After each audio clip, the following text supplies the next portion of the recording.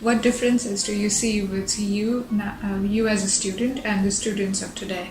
I think in the past we had the benefit of actually doing science, taking some classes, doing science, not so much getting exposed to the politics of science and I think students now are a lot more aware of these issues because publications, they have to hear it's around them. What advice would you give your 21-year-old self? Okay, so it's an advice that basically I think I implemented most of my life, but not always, which is have no regrets and don't look back. So it's in some sense I'm contradicting the answer by saying don't look back when I'm looking back at, but I think it's I think it's an important thing. Do your best, strive for better, but have no regrets. Okay. And what is the best advice you received? One really good advice that I did receive was from a person that I would like to refer to as a friend. He's a professor, a distinguished professor from Canada, Professor Howard Alper. Okay. And he emphasized the importance of collaborating with the industry. What advice would you give to 12-year-old kids today? To a 12-year-old kid.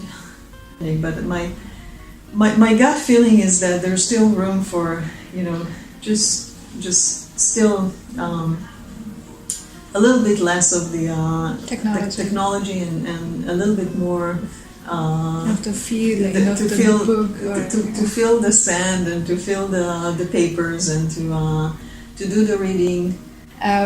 What do you think is a dying hobby and should definitely come back? That is related to the question we did just now. So I'm not sure that reading is a hobby. I mean, people argue about that. My spouse argues against that it's not a hobby. Okay. That the hobby is something that you actually have to move. The activity. Okay. But I consider reading as a hobby, and I think that reading should come back. Okay. What is something you can't do but you would love to learn? So this is something I started doing, but I didn't complete it, and to learn Mandarin. So I started learning. I took a class and then some private tutoring, and I started learning reading and writing. But I would like to do.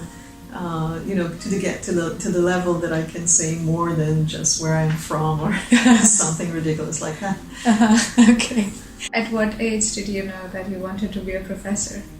So this is something I can easily answer because for a long time I did not want to be a professor. I actually wanted to go back to the industry. Okay. The first time that I was interviewing here at Tel Aviv University, actually I came for a visit. I wasn't considering myself as a candidate. My department... They were considering you as a candidate. Okay. They were considering me as a candidate, and they started talking to me really seriously about considering the position, and they were such nice people that I started thinking seriously, okay, this should be interesting. So this was towards pretty much the middle of my postdoc. So only when I was 30. What is your first memory of being fascinated by science?